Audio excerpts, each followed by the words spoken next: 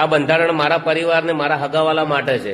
Already ઘણી જગ્યાએ DJ વાજ્યા છે તો કોઈ જીવ નથી, અમને દેખાણું નથી. જે સમાજ દુઃખી હોય તો આ લોકો કોઈ હાજરી આલતા નથી. ઠાકોર સમાજના બંધારણનો જે નિયમનો ભંગ કરવામાં આવ્યો, તમે બધાએ જોયું કે પાટણના હારીજની અંદર ભાઈ ગબ્બર ઠાકોર અને અર્જુન ઠાકોર ઉપર જે આક્ષેપો નાખવામાં આવી રહ્યા છે કે પાટણના હારીજ તાલુકાની અંદર ગબ્બર ઠાકોર અને અર્જુન ઠાકોરના સગા સંબંધીના ત્યાં બંધારણ તૂટ્યું. એના બાદ આજે ગબ્બર ઠાકોરે જે જવાબ આપ્યો છે ને, ખરેખર આ વિડીયો તમે સાંભળતા જજો, કારણ કે જે પણ વાત કરી છે એ ભાઈ 100% વાત સાચી કરી છે. કારણ કે ભાઈ ગુજરાતી કલાકાર ગબ્બર ઠાકોર અને અર્જુન ઠાકોર થોડા ટાઈમ પહેલા પણ બંધારણના નિયમના ભંગના કારણે ભાઈ એમને 1 વર્ષ માટે સમાજ બહાર કરવામાં આવ્યા. તો મિત્રો, પાટણના હારીજની અંદર જે ઠાકોર સમાજનું બંધારણ હતું એમાંથી ક્યાંક ને ક્યાંક નિયમનો ભંગ કરવામાં આવ્યો, એવા ઘણા બધા આક્ષેપો નાખવામાં આવ્યા. અને અત્યારે હાલ ઘણા બધા લોકો એવું કહે છે કે હવે આ લોકોને કડકમાં કડક સજા મળવી જોઈએ. તો મિત્રો, ગબ્બરભાઈ ઠાકોરે પોતાના સોશિયલ મીડિયા એકાઉન્ટની અંદર જે જવાબ આપ્યો ને, ખરેખર વિડીયો સાંભળીને તમે પણ વિચારમાં પડી જશો કે ના ભાઈ ના, ગબ્બર ઠાકોરે જે વાત કરી છે ને એ ક્યાંક ને ક્યાંક સાચી વાત કરી છે. તો સૌથી પહેલા તો હું તમને ગબ્બર ઠાકોરનો જે વિડીયો વાયરલ થઈ રહ્યો છે એ વિડીયો બતાવું. વિડીયો સાંભળ્યા પછી ભાઈ તમે સાચા માણસને જ સપોર્ટ કરજો, કારણ કે અત્યારે હાલ ગબ્બરભાઈ ઠાકોરે જે કહ્યું ને કે ઠાકોર સમાજનું બંધારણ આપણા પાટણ, બનાસકાંઠા, વાવ, થરાદની અંદર 80% જગ્યાએ ડીજે વાગ્યું છે. પણ અત્યારે હાલ અમુક નેતાઓ, અમુક લોકો અમને બંને ભાઈઓને ટાર્ગેટ કરી રહ્યા છે અને આ બંધારણ અમારા માટે અને અમારા પરિવારના અને અમારા સમાજના, એટલે કે અમારા જે સગા સંબંધીઓ છે એમના માટે જ કરવામાં આવ્યું છે. બીજા કોઈ લોકોને કઈ પણ જાતનું ટાર્ગેટ કરવામાં નથી આવતું. આ લોકો ઘરોની અંદર, ગામની અંદર તમને લડાવે છે. એવા ઘણા બધા આક્ષેપો ગબ્બરભાઈ ઠાકોરે નાખ્યા. પણ આપણે ભાઈ આ વિડીયો જોઈએ ને તો ખરેખર એવું લાગે છે કે ગબ્બરભાઈ ઠાકોરે જે વાત કરી ને એ ભાઈ ક્યાંક ને ક્યાંક થોડી ઘણી સાચી લાગી રહી છે.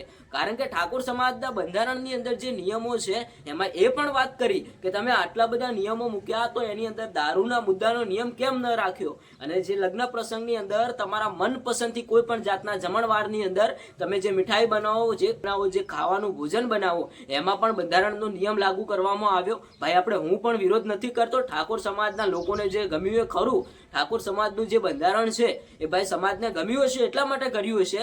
પણ આ જે ગબ્બરભાઈ ઠાકોરની કરેલી વાત છે ને એ જ હું તમને જણાવું છું. એમને ઘણા બધા આક્ષેપો નાખ્યા અને ઘણી બધી વાતો કરી છે. આજે એ જ વિડીયો હું તમને બતાવવા જઈ રહ્યો છું. અને ગબ્બરભાઈ ઠાકોર અને અર્જુનભાઈ ઠાકોરે એવું પણ કહ્યું કે લગ્ન ફક્ત એક જ વાર થાય છે અને એક જ વખત તમે તમારું મનોરંજન પૂરું પાડી શકો છો. તમે લગ્નની અંદર ડીજે વગાડી શકો છો, લાઈવ પ્રોગ્રામ કરી શકો છો. લગ્ન ફક્ત એક જ વાર આવે છે. પણ ગુજરાતની અંદર ચૂંટણીઓ તો ભાઈ દર વર્ષે આવે છે કે 2-3 વર્ષે આવે છે. તો એની અંદર જો ડીજે વાગતા હોય તો લગ્નની અંદર કેમ નિયમ? આવું પણ ગબ્બરભાઈ ઠાકોરે કહ્યું. એના સિવાય બીજા પણ ઘણા બધા વિડીયોની અંદર વાતો કરી છે. સૌથી પહેલા જે ગબ્બરભાઈ ઠાકોરનો વિડીયો વાયરલ થઈ રહ્યો છે એ વિડીયો જુઓ.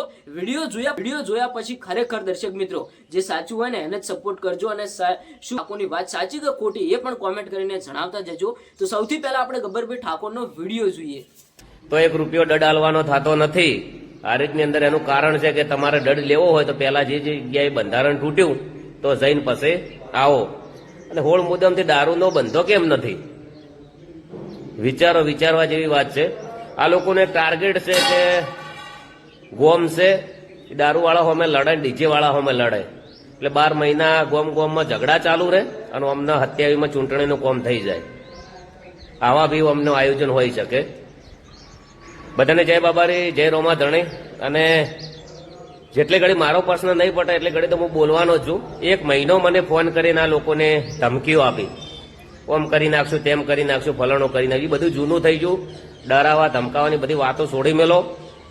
અને તમે સમાજના છોકરાને હેરાન કરશો એટલે તમે કેવા છો? અમારા હજારો કોમ હારા છે, તમને એકે ચો વખોણ કર્યા ને તમારા મોઢે ચો હારી વાત આવી ને કે છોકરા સારું કોમ કરે છે. બસ અમારા પ્રોગ્રામની દોર રાખીને બેઠા હોય છે 24 કલાક.